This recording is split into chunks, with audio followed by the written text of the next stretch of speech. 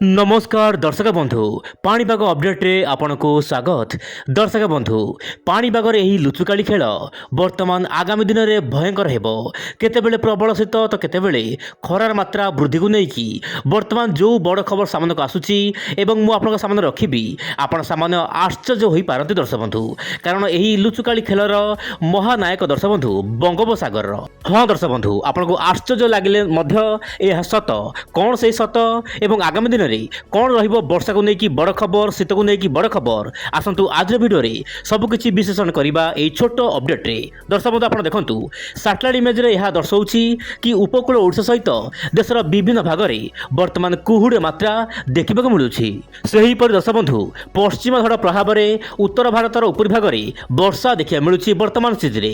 तेबे आंचलिक पाणीपाग विभाग सूचना मिलवा अनुसार सर्वनिम्न तापमात्रा रे वर्तमान परिवर्तन होबार आशंका रही आगामी 3 दिन मध्य। दर्शक बंधु प्राय 2 ରୁ 4 डिग्री तापमात्रा बढ़िबो मु जेमति पूर्व भिडियो मनकर कहिथिली, किंतु बड़ खबर मु आपको कहबाक चाहिबी आगामी 2 दिन मध्य कौन तापमात्रा परिवर्तन न होले मध्य 25 तारिख रु दर्शक बंधु प्राय 25 तारिख रु पुणी तापमात्रा कमिबो, पुणी सामान्य भाव में शीत देखा मिल पारे। तेज पाणीपाग लुचुकाली खेल केबे जारी रहिबो ताहा कहबा बड़ मुश्किल, किंतु दर्शक बंधु 25 ରୁ 30 तारिख पर्यंत जो शीत हबो ताहा प्रबल मात्रा हेबो एवं यह शीत ऋतुर शेष शीत बोली जहाँ जना पड़ुछि। देखिबार कथा आगामी दिन पाणीपाग नै कि कौन सब नुआ अपडेट आसुछि।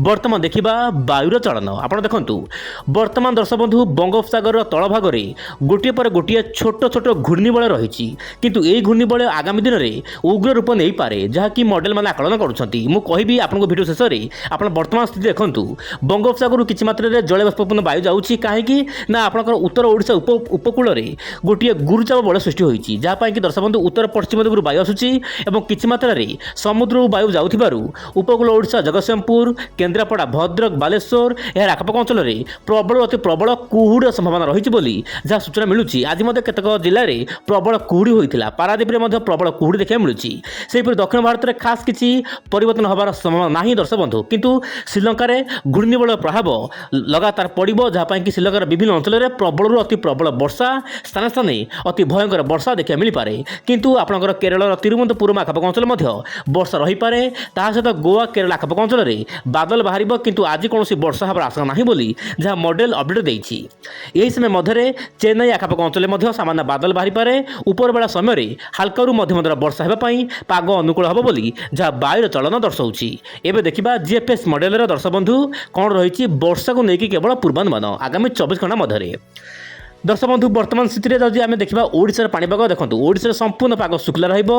सकाळ समय कुहुड़ी मात्रा देखा मिल पारे, तापमात्रा बढ़िबा कारणरू दिहिपर सामान्य गुळुगुळी रहिबो, किंतु आपनकर 24 घंटा पाई कोनोसी वर्षार आशंका नाही। ता सहित उत्तर पूर्व राज्य गुड़िकर पाग शुक्ला रहिबो, किंतु सिक्किम मेघालय आखपाख अंचल हाल्का फुल्का वर्षा देखा मिल पारे, किंतु बिहार छत्तीसगढ़ झारखंड यही सब राज्यर विभिन्न अंचल में पाग शुक्ला रहिबो, किंतु जम्मू काश्मीर लद्दाख गिलगित बिल्टिस्तान श्रीनगर ता सहित उत्तराखंड केतक अंचल में हाल्का मध्यम वर्षा देखा मिल पारे। जम्मू काश्मीर केतक अंचल में तुषारपात हो पारे। ता सहित दर्शक बंधु पश्चिम राज्य गुड़िक पाग मुख्यतः शुक्ला रहिबो बोली जहाँ सूचना मिलूँ वर्तमान स्थिति में।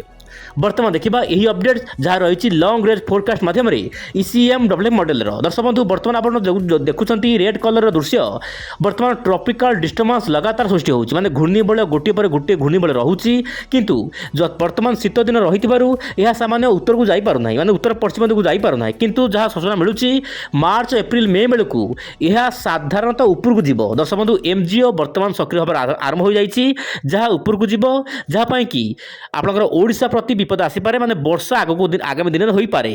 दर्शक बंधु गोटे पर गोटे ट्रॉपिकल डिस्टर्बेंस सृष्टि हो पारे। आप जानते बहु मात्रा बहु मात्रा ओडिशा बात्या सम्मुखीन होइछि, किंतु आगामी दिन में परिस्थिति यह हो पारे कि नहीं ता कहबा वर्तमान बड़ मुश्किल, किंतु आभास देलेनी मॉडल माने कि आगामी दिन में विशेषकर आपनकर मार्च एप्रिल मे यही मास मानक बंगोपसागर बहु मात्रा एक्टिव रहिबो। देखिबार कथा आगामी स्थिति कौन रोची यही अपडेट मु निश्चय पर आपको परवर्ती अपडेट माध्यम जानवाक चेष्टा करी। वर्तमान देखा कौन रही आपनकर एआई मॉडल आकलन आसनाकाली एआई मॉडल कहिथिला कि बंगोपसागर विशेष किसी हलचल हेनी आगामी 15 दिन मध्य, किंतु मुझे कहली गोटे पर गोटे घूर्णिबल प्रभाव में श्रीलंका सहित भारतर विभिन्न राज्य में वर्षा हे विशेषकर गोवा केरल तमिलनाडु आंध्र प्रदेश में। ता सहित दर्शक बंधु बंगोपसागर में जो घूर्णिबल रहिबो किछि मात्रा पूर्व वायु जीव आपंकर जनवरी 28 रु फेब्रुआरी 5 तारिख मध्य जहाँपाई कि ओडिशा हल्का फुल्का वर्षा देखा मिल पारे। खाली ओडिशा नुहे आप देखो ओडिशा नुहे पश्चिमबंग ता सहित म्यांमार केतेक अञ्चल हाल्कारु मध्यम दर वर्षा होइपारे ता सहित उत्तर पूर्व राज्यगुड़िक हाल्कारु मध्यम दर वर्षा हेबापई पाग अनुकूल होइपारे बोली जहाँ सूचना मिलुची। यही समय मध्य आपंकर 24 तारिख रु 28 तारिख मध्य गोटे पर गोटे पश्चिम झड़ मध्य आसबार आशंका रही। तेबे दर्शक बंधु ये था पाणीपागर जहाँ अपडेट मुझे आपको कहली पुणी आसबि आसना काली आउ एक नुआ अपडेट को साथे धरी से विदाय दिंतु। चैनल नुआ थे चैनल को लाइक कमेंट सब्सक्राइब करने को भूलु ना। नमस्कार, जय जगन्नाथ दर्शक बंधु।